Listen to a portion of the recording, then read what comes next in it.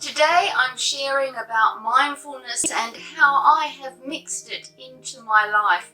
Take it from me, mindfulness can have many benefits. Hi, I'm Paula. Thanks for finding this video today. If you find this video is of some value to you, please like and subscribe and tink that bell for some updates. Please comment, because I love to hear your comments and what content you would like me to make for you, and also your experience about mindfulness. I'd love to hear that. And also share with somebody who you feel that may benefit from this video.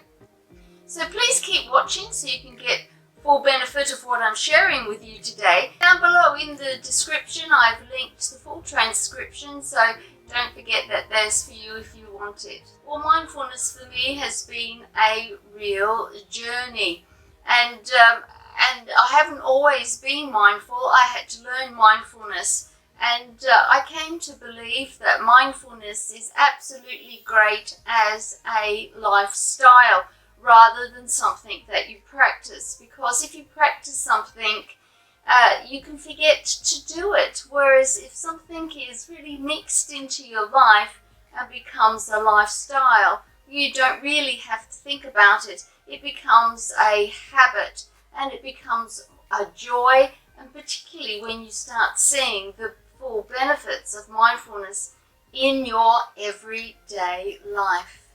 Well, I got into mindfulness because I wasn't coping with life very well. I've always been interested in holistic living. I mean, most of my life I've looked after myself. I've taken vitamin tablets, I've taken exercise, and I've eaten very well. And I've always been very, very aware of my health in my mind, body and spirit, which is sort of the holistic thing, a total wellness. But there was a time that I had an abusive marriage, and I started having panic attacks, and the panic attacks were absolutely so terrible. It affected every aspect of my life. It affected me physically as well, and I had a lot of digestive problems. I couldn't sleep, and on top of that I became a real worry wart. You may be able to relate to this, but it comes from overthinking. As I was going through this trauma of my life, I was all trying to create the scenarios of what I think might happen or what didn't happen. And I was overthinking to the point where I totally felt burnt out. And of course that just inspires worrying about all sorts of things, worrying about my family, worrying about my job, worrying about what I am going to be doing in the future. And my whole life became consumed at one point of overthinking and worrying. And I felt trapped, and I wondered how I was going to get out. So I started looking for ways on how I could recover from this and to make my life better than it was, because goodness me, anything was better than what I was going through. Eventually, the marriage broke up. I was able to get out of that terrible abusive relationship, and if you'd been in that situation, you will know how difficult it is to exit from an abusive relationship. You get so worn down with it all and you lose your confidence totally.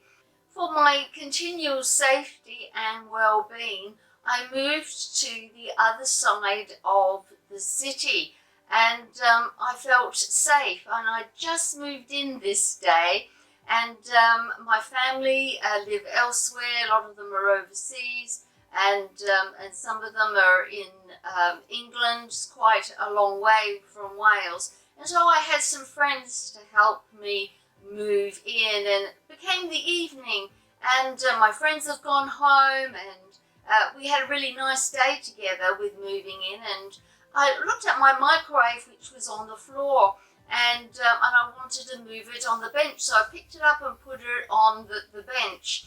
But then I didn't want it on that bench, I wanted it on another bench. And by this time I was really tired. My body is tired. Here I am, 65 by this time, so I'm certainly not as strong as I used to be. So I moved it from one bench to another, and because I'm short and the benches were quite high, I stood up on a small coffee table, which just happened to be in the kitchen because we haven't put everything in place yet.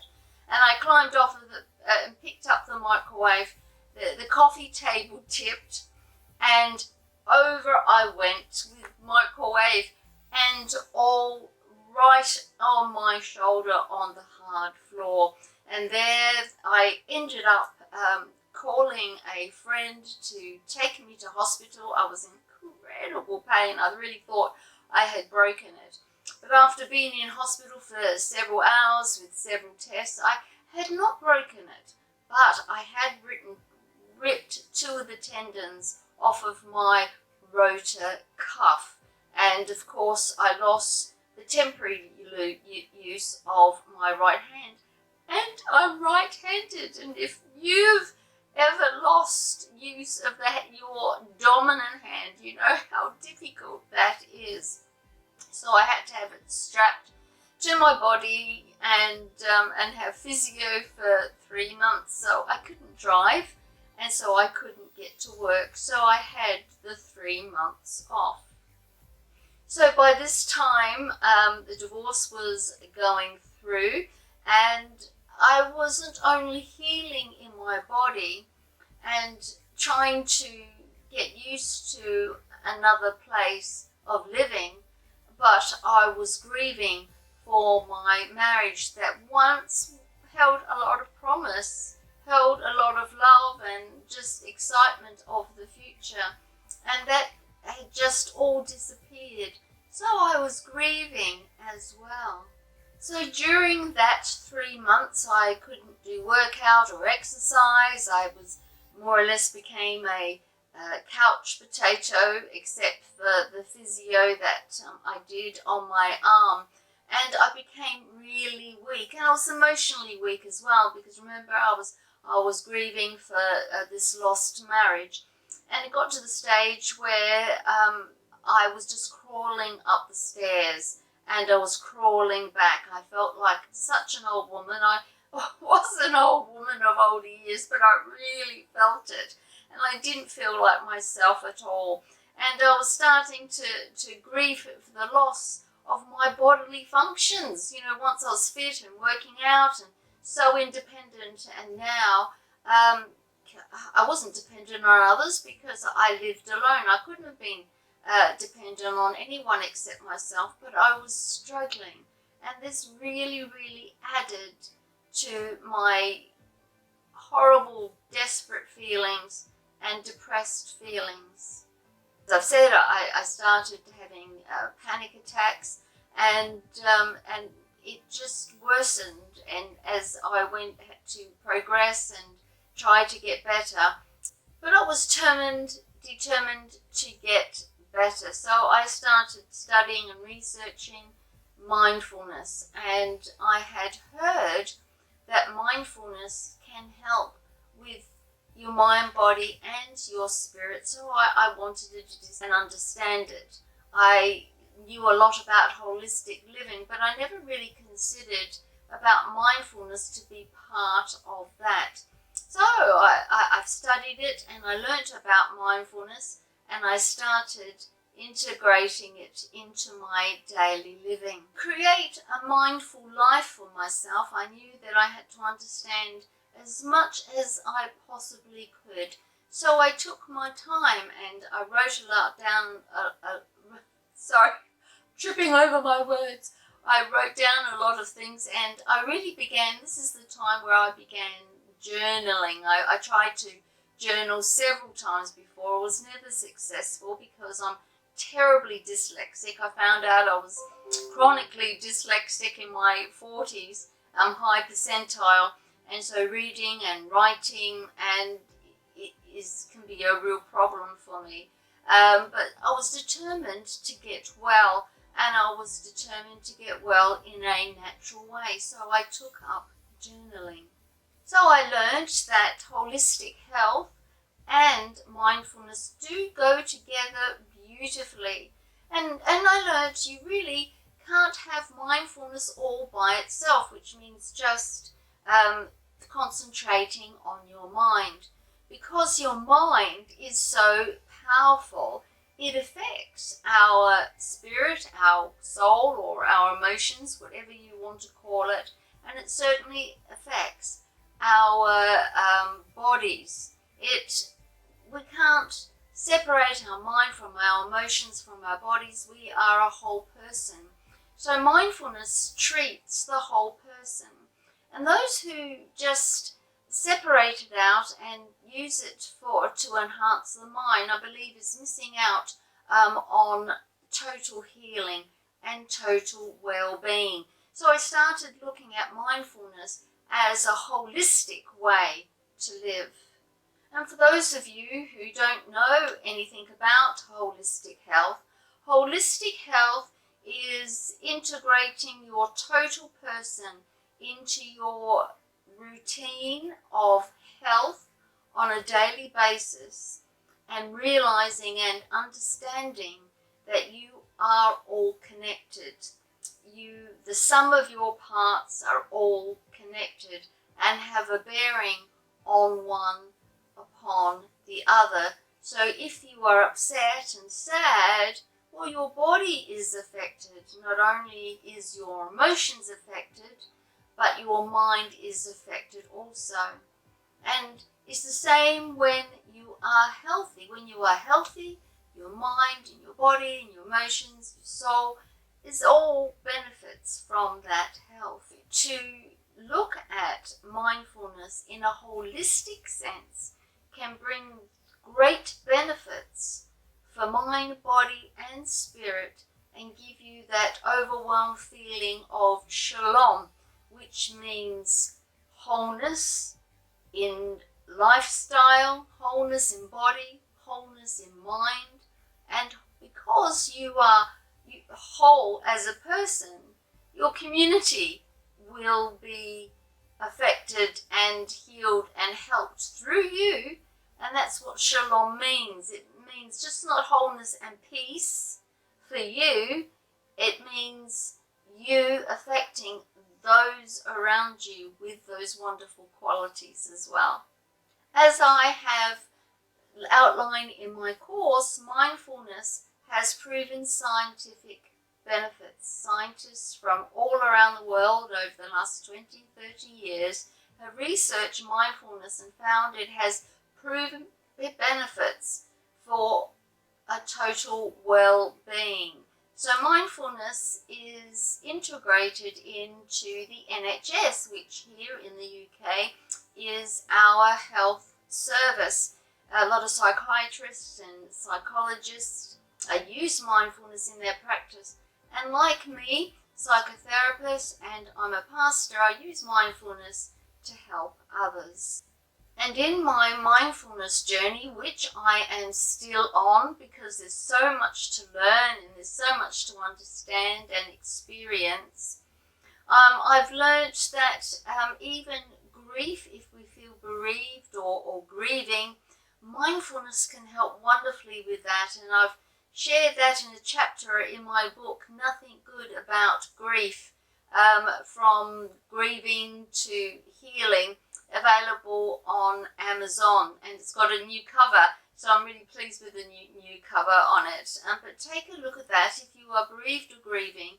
I believe that book will help you. And as I dove deeper into mindfulness, I realized how mindfulness can affect so much more in my life than I really understood. As a dyslexic, it has helped me tremendously. And if you are a dyslexic or know somebody who has dyslexia, perhaps try mindfulness, because it will help you to focus. Because one part of dyslexia, or how dyslexia affects me, is that I'm not able to focus, and especially if a person has ADHD, they're all over the place. They really, really cannot focus.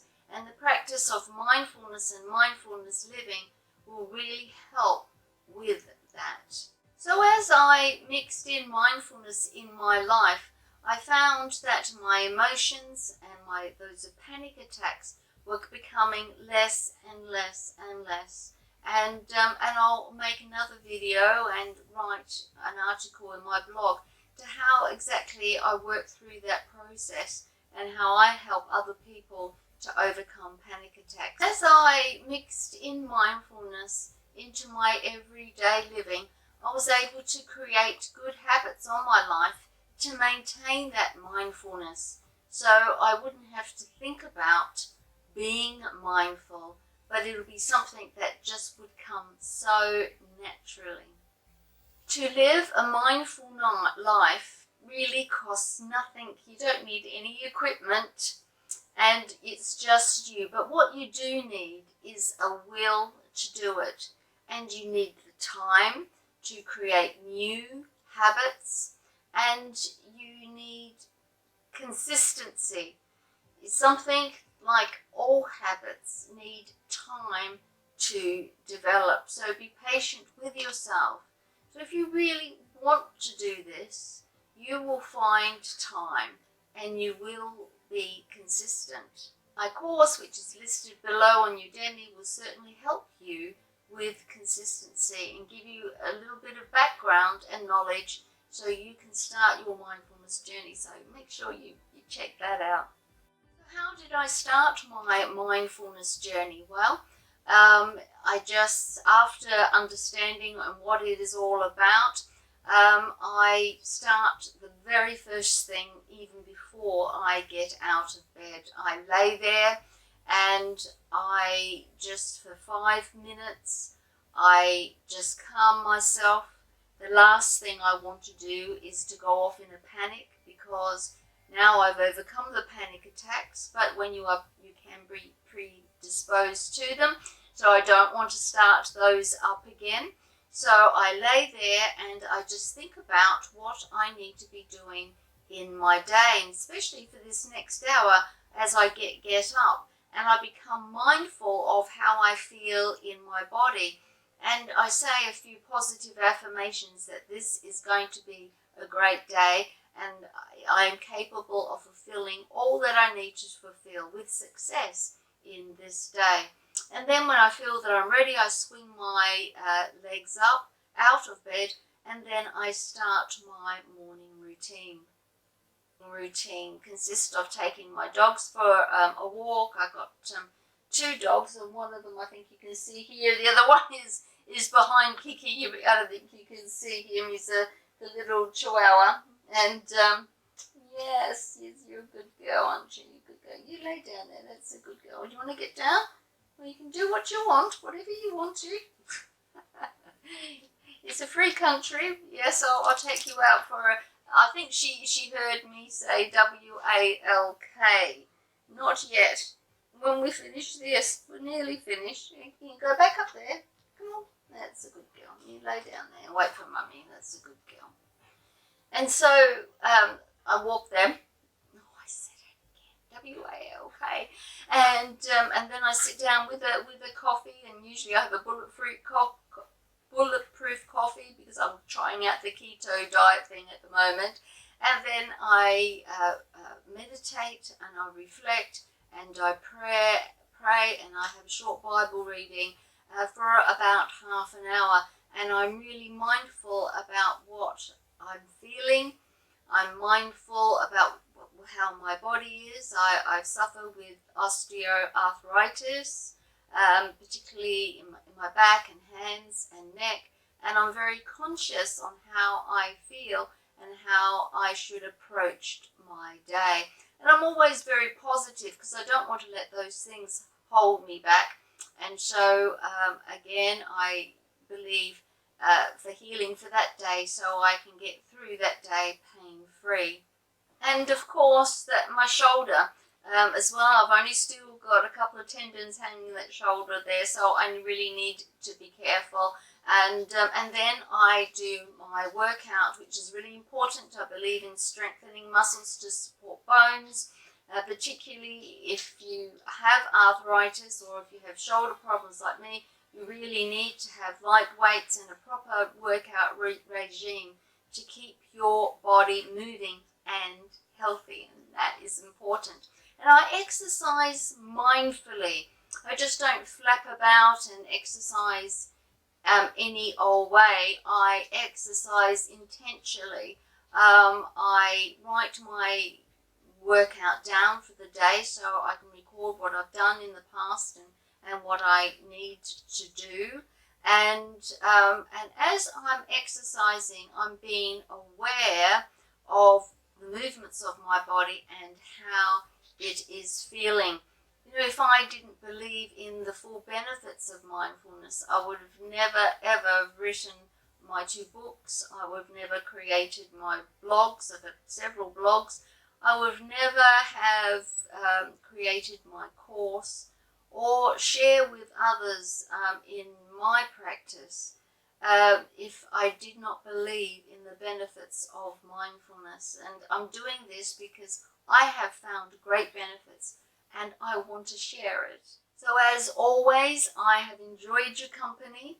I post a video every week, so keep an eye out for that. If you have enjoyed this video and have found it of some value, please like and subscribe, and to tink that bell to get updates, and please comment. And as I said, I'd love to hear from you.